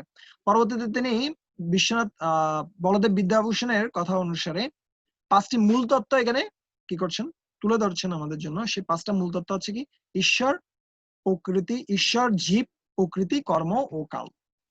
এর মধ্যে শুধুমাত্র কর্ম অনিত্য, এবং অন্য যে 4টি বিষয় রয়েছে, 5টা বিষয় কি বললাম আমরা, প্রথম হচ্ছে ঈশ্বর, তারপর হচ্ছে জীব, তারপর হচ্ছে প্রকৃতি, দেন কর্ম এবং কাল। এই 5টি বিষয়ের মধ্যে শুধুমাত্র একটা বিষয় হচ্ছে প্রকৃতির গুণের প্রভাবে হয়, সেটা হচ্ছে কর্ম। এটি ব্যতীত অন্য সবকিছু হচ্ছে নিত্য। সেজন্য এখানে বলছেন যে যতক্ষণ পর্যন্ত না সে কি হচ্ছে, বলছেন ঈশ্বর এই যে 5টি তত্ত্ব সেটা তিনি খুব সুন্দরভাবে ব্যাখ্যা করেছেন এখানে। এবং পরবর্তীতে তিনি বলছেন যে জীবের সাথে ভগবানের যে সম্পর্ক সেটা তিনি বর্ণনা করছেন।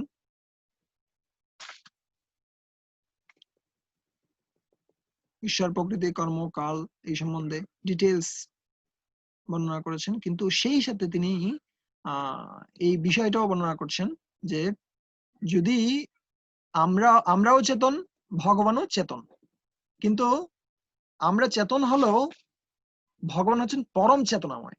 ঠিক আছে, এই জন্য বলছেন ইয়েস, সে চেতনাময় চৈতন্যময় বটে, কিন্তু পরম চৈতন্যময় নয়।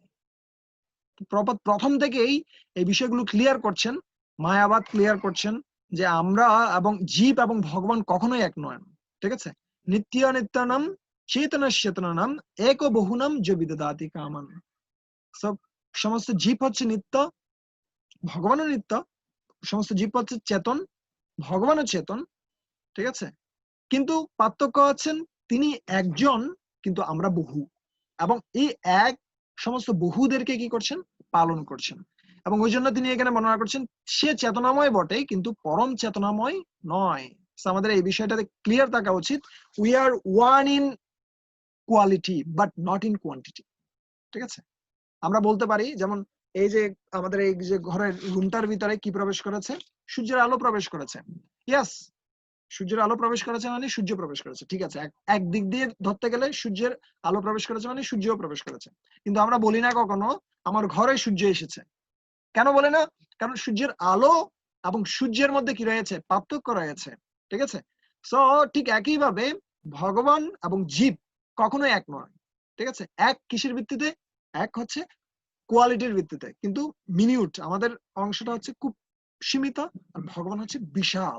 ঠিক আছে, সেই জন্য প্রথম থেকেই প্রপাত এই বিষয়গুলো ক্লিয়ার করছেন, সে চেতনাময় বটে কিন্তু পরম চেতনাময় নয়।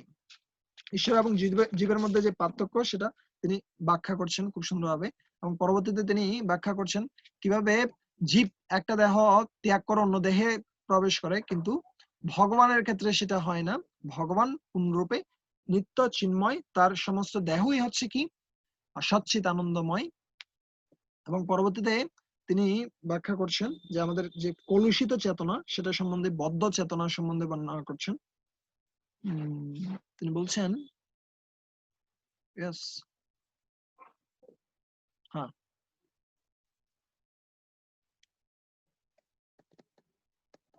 yes এখানে বলছে আমরা যখন জ্বরের প্রভাবে কলুষিত থাকি তখন আমাদের সেই অবস্থাকে বলা হয় বদ্ধ অবস্থায়। এই বদ্ধ অবস্থায় আমাদের চেতনা বিকৃত হয়ে থাকে এবং তার ফলে আমরা মনে করি যে জড় পদার্থ থেকে আমরা উদ্ভূত হয়েছি। এরই নাম অহংকার। ঠিক আছে। সো প্রকৃতপক্ষে আমরা যখন প্রবাদে এই সম্বন্ধে খুব সুন্দর উদাহরণ দিচ্ছে, সেটা হচ্ছে বৃষ্টির জল যখন কিসে থাকে, মেঘে থাকে, বা যখন পতিত হচ্ছে তার আগেও কি থাকে, পূর্ণরূপে স্বচ্ছ থাকে। যখনই সে এই জগতে পতিত হয় তখনই তার সাথে সাথে সে কলুষিত হয়ে পড়ে। সো একইভাবে আমাদের যে উন্নত চেতনা ছিল সেই চেতনাটিও কি হয়ে গেছে, কলুষিত হয়ে গেছে। সে কলুষিত চেতনার ফলে আমরা কি হয়েছি, বদ্ধ অবস্থা প্রাপ্ত হয়েছি, কন্ডিশন সোল। আমরা বেশিরভাগ ক্ষেত্রে এই শব্দটি ব্যবহার করে থাকি, কন্ডিশন সোল। আমরা সবাই কন্ডিশনড। কন্ডিশন মানে কি, প্রকৃতপক্ষে আমরা সবসময় সচ্চিত আনন্দময়, আমরা সবসময় আনন্দময়। কিন্তু বর্তমান যে সিচুয়েশন, সেই সিচুয়েশনে আমাদের যে আনন্দ, সেটা আমাদের যে সুখ, সেটা বিভিন্ন কন্ডিশনের উপর নির্ভর করছে। কি কন্ডিশনের উপর নির্ভর করছে?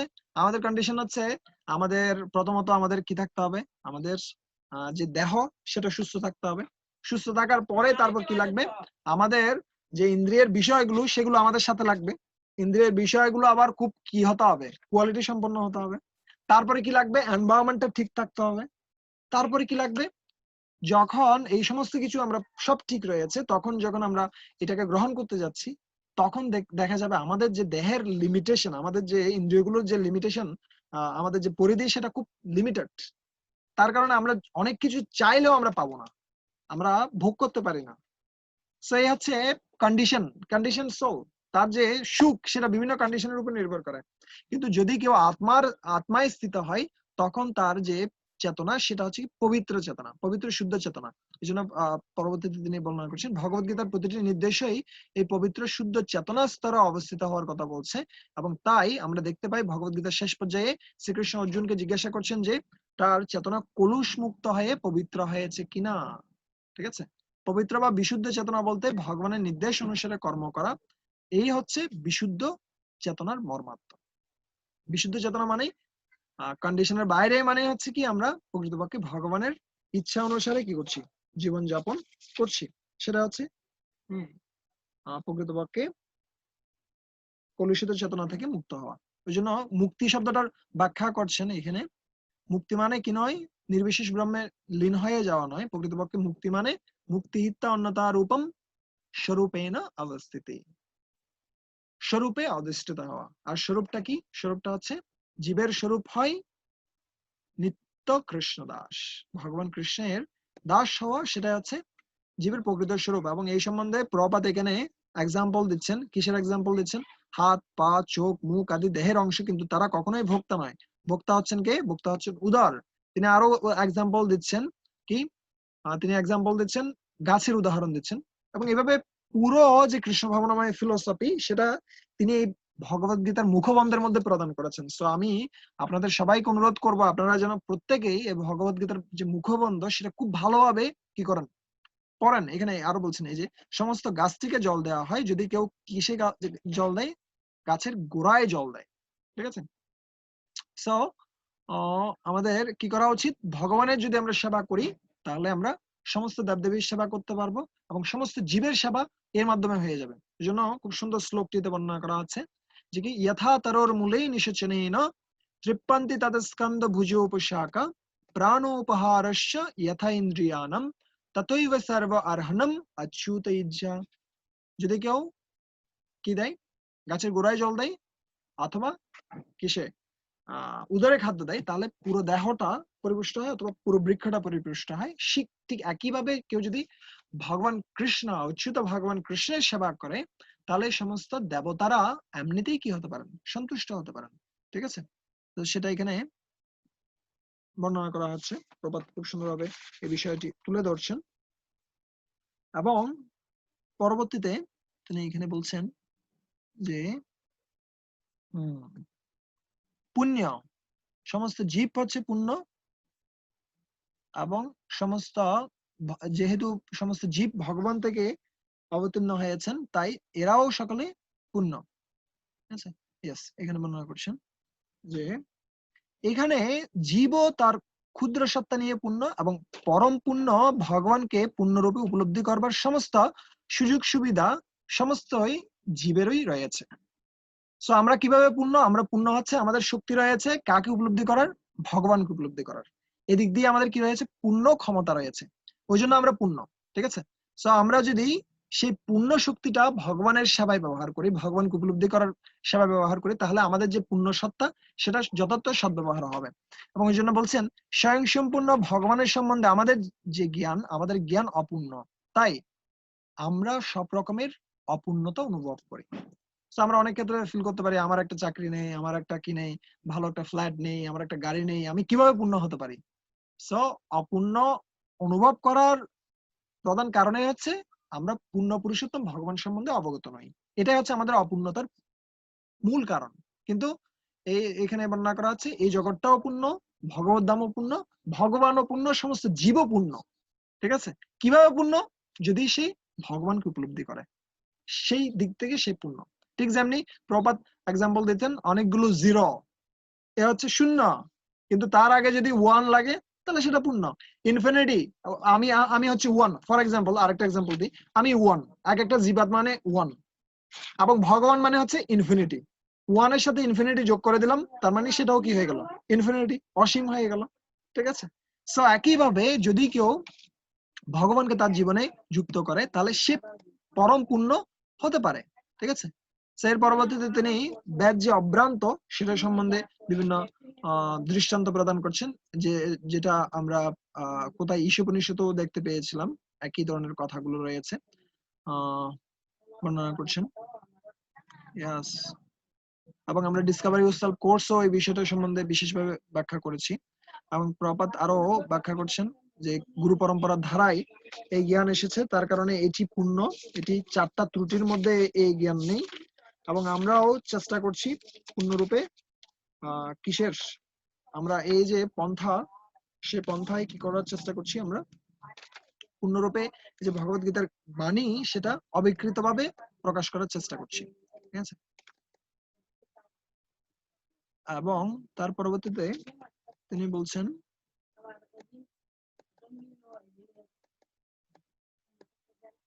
মত্তলোকে অবতরণ করেন, ভগবত ধাম সম্বন্ধে বর্ণনা করছেন তিনি। ভগবত ধাম এই জগৎ, সেখানে যাওয়ার পন্থাটা কি, মোটামুটি এই এই কিসের মধ্যেই, এই যে কি এর মধ্যেই প্রপাত সমস্ত জ্ঞান প্রদান করে গেছেন। ঠিক আছে, আমাদের জন্য যা যা কিছু লাগবে।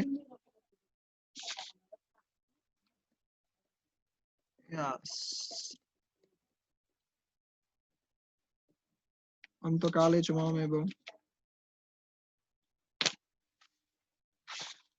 what I am searching for, আর উপরে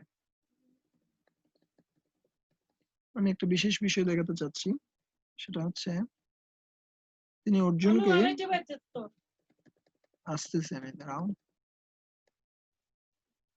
ইয়েস, প্রপাত এখানে বলছেন কি তস্মাৎ সর্বেষু কালেষু মাম অনুস্মর যুদ্ধ চ ময়া অর্পিত মনোবুদ্ধি মামে এব এষ্যসি অসংশয়ঃ। হে অর্জুন, সর্বকাল আমাকে স্মরণ করে তোমার স্বভাব বিহিত যুদ্ধ করা উচিত, তোমার মন ও বুদ্ধি আমাতে অর্পণ করে কার্য করলে নিঃসন্দেহে তুমি আমার কাছে ফিরে আসবে। সেখানে বলছেন, প্রবাদ বর্ণনা করছেন, তিনি অর্জুনকে তার কর্তব্য কর্ম থেকে বিরত হয়ে তার ধ্যান করার আদেশ দেননি। ভগবান কোনো অবাস্তব পরামর্শ দেন না। সো আমরা অনেক ক্ষেত্রে ফিল করে থাকি ভগবত গীতা মানে হচ্ছে কি করতে হবে, আমাদের যে কর্তব্য কর্ম সেটা পূর্ণরূপে পরিত্যাগ করে চলে যেতে হবে। কিন্তু এখানে কি বলছেন, ভগবান কৃষ্ণ কোনো কি দিচ্ছেন না, মানে ওই ধরনের কোনো জ্ঞান প্রদান করছে না যেটা বাস্তবিক নয়, যেটা গ্রহণ করতে পারবে না সে ধরনের কোনো জ্ঞান প্রদান করা হচ্ছে না, বরঞ্চ এই জ্ঞানটা হচ্ছে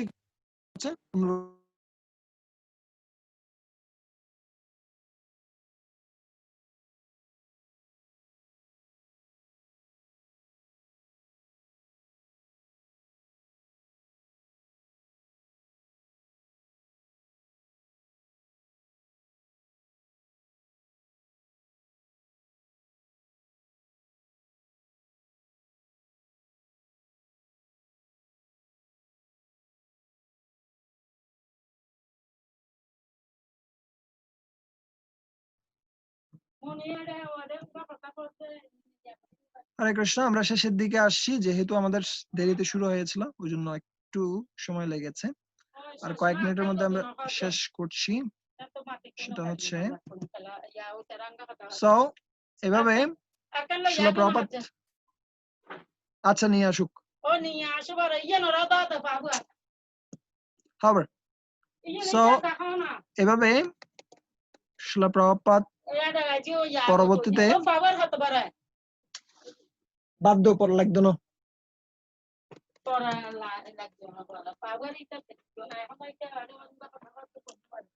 সো আমরা গীতা মাহাত্ম্যের দিকে আসছি শেষ মুহূর্তে। শিলা প্রপাত ব্যাখ্যা করছেন যে গীতা পাঠের ফলে আমাদের কি লাভ হচ্ছে। ঠিক আছে, তার আগে আমি একটা লাইন দেখাচ্ছি, বিশেষ করে আমার যেটা ভালো লাগছিল। প্রপাত এখানে বর্ণনা করছেন যে আমরা প্রকৃতপক্ষে কিসের জন্য চেষ্টা করছি। আধুনিক মানুষ অভ্যাসী যোগ যুক্তেন চেতসানগামিনো, তার পূর্বে রয়েছে ইয়েস। হ্যাঁ, কেন বলছেন আধুনিক মানুষ চাঁদে পৌঁছানোর জন্য অনেক পরিশ্রম করে চলছে, কিন্তু তার পারমাত্মিক উন্নতির জন্য সে কোনো রকম চেষ্টাই করেনি। 50-60 বছরের অল্প আয়ু নিয়ে আমরা এখানে এসেছি, তাই আমাদের কর্তব্য হচ্ছে ভগবানকে স্মরণ করার জন্য এই সময়টি পুরোপুরি ভাবে ভগবত ভক্তির অনুশীলন করা। ঠিক আছে, সো আমরা প্রভাত এখানে একটা চ্যালেঞ্জ ছুড়ে দিচ্ছেন আমাদের প্রতি। সেই চ্যালেঞ্জটা হচ্ছে কি, প্রভাত বর্ণনা করছেন আমরা অনেক প্রচেষ্টা করছি। কিসের জন্য আমরা প্রচেষ্টা করছি? আমরা প্রচেষ্টা করছি কাদের জন্য? আমরা প্রচেষ্টা করছি যে সমস্ত গ্রহলোকগুলোতে আমরা এখনো যাইনি, সেই সমস্ত গ্রহলোকগুলোতে যাওয়ার জন্য। সো এটা ভালো দিক, কিন্তু সেই ধরনের একই পরিমাণ প্রচেষ্টা আমাদের কিসের জন্য থাকা উচিত? আমাদের এই যে জন্ম, এই জন্মে আমরা যেন ভগবানের কাছে ফিরে যেতে পারি, সে ধরনের প্রচেষ্টা করা উচিত। তো এই জন্য প্রপাত একই ধরনের একটা চ্যালেঞ্জ দিচ্ছেন। তো তোমরা যেহেতু পারমাত্মিক জাগতিক ভাবে উন্নত হওয়ার জন্য এত প্রচেষ্টা করছো, তাহলে তুমি অন্ততপক্ষে কিসের জন্য প্রচেষ্টা করো? পারমাত্মিক উন্নতির জন্য প্রচেষ্টা করো। সো আমাদের কি করা উচিত? আমাদের এই যে কি material life and spiritual life, এই দুটাকেই যেন আমরা ব্যালেন্স করতে পারি, সেটার জন্য আমাদের প্রচেষ্টা করা উচিত। ঠিক আছে, এবং এটার একটা সহজ পন্থা হতে পারে কি, এই যে নববিধা ভক্তির মার্গে যুক্ত হওয়া। এই জন্য প্রপাত বর্ণনা করছেন এটার সহজ পন্থা হচ্ছে, তার পদ্ধতি হচ্ছে কি নববিধা ভক্তিতে যুক্ত হওয়া। নববিধা ভক্তি মানে হচ্ছে কি শ্রবণম কীর্তনম বিষ্ণু স্মরণম পাদসেবনম অর্চনম বন্দনম দাস্যম সক্ষম আত্মনিবেদনম। এই যে 9টি পন্থা, শ্রবণ করা ভগবানের কথা, কীর্তন করা ভগবানের কথা, তাকে স্মরণ করা। ঠিক আছে, ভগবানের বিশেষ করে এই যে 9টি পন্থা, সেটা কিসের মাধ্যম দিয়ে শুরু হবে? সেটি শুরু হচ্ছে প্রকৃতপক্ষে হরে কৃষ্ণ মহামন্ত্র কীর্তন করার মাধ্যমে। ঠিক আছে, সেই নববিধা পন্থায় যদি আমরা যুক্ত হই, তাহলে আমরা অনায়াসে কি করতে পারবো? ভগবানকে লাভ করতে পারবো। এবং পরবর্তীতে শিল প্রভুপাদ এখানে বর্ণনা করছেন যে এই যে কি গীতা মাহাত্ম্যের মাধ্যমে বর্ণনা করছেন, তিনি কি বলছেন? তিনি বলছেন যে ভয় শোকাদি বর্জিতঃ, কেউ যদি গীতা শাস্ত্র পাঠ করে, গীতা শাস্ত্রমিদম পুণ্যম ইয়া পঠেত প্রজেতা পুমান। ঠিক আছে, যে ব্যক্তি গীতা শাস্ত্র পাঠ করবে, তিনি কি হবেন? তিনি ভয় শোক বর্জিতঃ, তিনি সহজেই সমস্ত ভয় ও উদ্বেগ থেকে মুক্ত হতে পারবেন। এবং এই জীবনের ভয় নয়, পরবর্তী জীবনের ভয় থেকেও মুক্ত হতে পারবেন। কেন? তার মাধ্যমে পূর্ব জন্মে যে সমস্ত কৃতকর্ম পাপ কর্ম, সেগুলোর ফল থেকে মুক্ত হওয়া যায়। ওই জন্য ভগবান কৃষ্ণ এখানে গীতা মাহাত্ম্যে বর্ণনা করা আছে, শঙ্করাচার্য বলছেন কি গীতা অধ্যয়নশীলস্য প্রাণায়াম পরস্য চ নৈব সন্তি হি পাপানি পূর্বজন্মানি কৃতানি চ। কেউ যদি আন্তরিকভাবে এবং অত্যন্ত গুরুত্ব সহকারে ভগবত গীতা পাঠ করে, তাহলে ভগবানের করুণায় তার সমস্ত পাপ কর্মের ফল তাকে প্রভাবিত করতে পারে না। সো পাপ কর্মের ফল চলে যাবে পূর্বজন্মের। সেই সাথে তা নয়, শুধু পাপ কর্মের ফল যাওয়াটা আমাদের উদ্দেশ্য নয়, পাপ কর্মের যে বাসনা সেটা যেন বিদূরিত হয়, সেই আশীর্বাদ এখানে রয়েছে। কি সেটা বর্ণনা করা হচ্ছে, মলিনে মোচনম পুংসাম জল স্নানম দিনে দিনে সক্রিত গীতামৃত স্নানম সংসার মলনাশনম। এই যে ভগবত গীতার গঙ্গা জলে যদি আমরা একটিবারও স্নান করি, তাহলে আমাদের মলিনতা, জলজীবনের মলিনতা একেবারে বিনষ্ট হয়ে যাবে। তার মানে কি, আমাদের যে পাপ করার যে বাসনা রয়েছে, সেটা পূর্ণরূপে ধুয়ে যাবে। ঠিক আছে, যদি আমরা প্রতিদিন ভগবত গীতার গঙ্গা জলে স্নান করি। এবং এই জন্যই বর্ণনা করছেন যদি এই একটি শাস্ত্র পাঠ করা হয় তাহলে আর কোনো শাস্ত্রের প্রয়োজন নেই। গীতা সুগীতা কর্তব্য কিমন্বয় শাস্ত্র বিস্তরই যা স্বয়ং পদ্মনাভস্যা মুখপদ্মাদ বিনিশ্চিতঃ। যে ভগবানের মুখপদ্ম থেকে যা যে এই ভগবদ গীতা নিশ্চিত হয়েছে, যেটা সমস্ত শাস্ত্রের সার, এই শাস্ত্রটি পড়লে আর কি শাস্ত্র পাঠ করার আছে? ঠিক আছে। এবং পঞ্চম শ্লোকে বর্ণনা করছে কি, হ্যাঁ, পুনর্জন্ম হবে না। যদি কেউ এই ভগবদ গীতা পাঠ করে, সে কি করবে? ভগবদ গীতার জ্ঞান যদি জীবনে প্রয়োগ করা যায় তাহলে সে ভগবানের কাছে ফিরে যাবে, তাকে আর এই জগতে ফিরে আসতে হবে না। কেন? কারণ এই ভগবদ গীতার জ্ঞান হচ্ছে সমস্ত উপনিষদের সার। সর্ব উপনিষদ গাব দগ্ধা গোপালনন্দন পার্থবৎস সুধীর বক্তা দুগ্ধম গীতামৃতম মহৎ। এই ভগবদ গীতা যদি কেউ পাঠ করে তাহলে তার যে সমস্ত উপনিষদ সমূহ রয়েছে সেই সমস্ত উপনিষদে যে ফল সেটা সে প্রাপ্ত হতে পারছে, জ্ঞান প্রাপ্ত হতে পারছে সহজেই। এবং ওই জন্য এই শঙ্করাচার্য খুব স্ট্রংলি বলছেন একটি মাত্র শাস্ত্র হোক সমস্ত জগৎ জুড়ে, সেটা হচ্ছে দেবকীর পুত্র গীতম, এই ভগবদ গীতা। একটি মাত্রই দেবতা উপাস্য হোক সমস্ত জগৎ জুড়ে, সেটা হচ্ছে কি দেবকীর পুত্র ভগবান শ্রীকৃষ্ণ। একটি মন্ত্রই সমস্ত জগৎ জুড়ে উচ্চারিত হোক, সেটা হচ্ছে ভগবান শ্রীকৃষ্ণের কীর্তন, যেটা শিলা প্রভুপাদ এখানে বর্ণনা করছেন, হরে কৃষ্ণ কৃষ্ণ কৃষ্ণ হরে হরে হরে রাম রাম রাম হরে হরে। এই মহামন্ত্র কীর্তিত হোক এবং একটি মাত্রই কাজ হোক সমস্ত জগতের সমস্ত জীববাসীর, সেটা হচ্ছে কি কর্মাপেক্ষম তস্য দেবস্য সেবা। সে ভগবান কৃষ্ণের সেবা করাই হোক সমস্ত জীবের একমাত্র বৃত্তি। এইভাবে শিলা প্রভুপাদ প্রকৃতপক্ষে ভগবদ গীতার ইন্ট্রোডাকশন সমাপ্ত করছেন, কিন্তু এই ইন্ট্রোডাকশনের মধ্যেই সমস্ত ভগবদ গীতার যে সার নির্যাস সেটা তিনি কি করেছেন? প্রদান করেছেন আমাদের কাছে। সো আমরা সিকোয়েন্সিয়ালি আমরা এই ভগবদ গীতার নিয়ে আলোচনা করব গ্রাজুয়ালি। যদিও আমাদের আজকে একটু কি হয়েছিল, প্রবলেম হয়েছিল, যার কারণে আমরা কি করতে পারছিলাম না, এগুলোকে হঠাৎ করে সেট আপ করাটা একটু কঠিন হয়ে পড়েছে। তবে আমরা আশা করছি আগামী সেশন থেকে আমরা রাইট টাইমে শুরু করতে পারবো এবং রাইট টাইমে শেষ করতে পারবো। ধন্যবাদ সকলকে শিলা প্রভুপাদের এই বিশেষ মাইলেজ গ্রহণ করার জন্য। মাইলেজ মিন্স গাড়ি যখন কেউ চালাই, সো চাই 1 লিটার তেল দিয়ে আমি কতটুকু বেশি যেতে পারবো, এটা দেখতে চাই। আর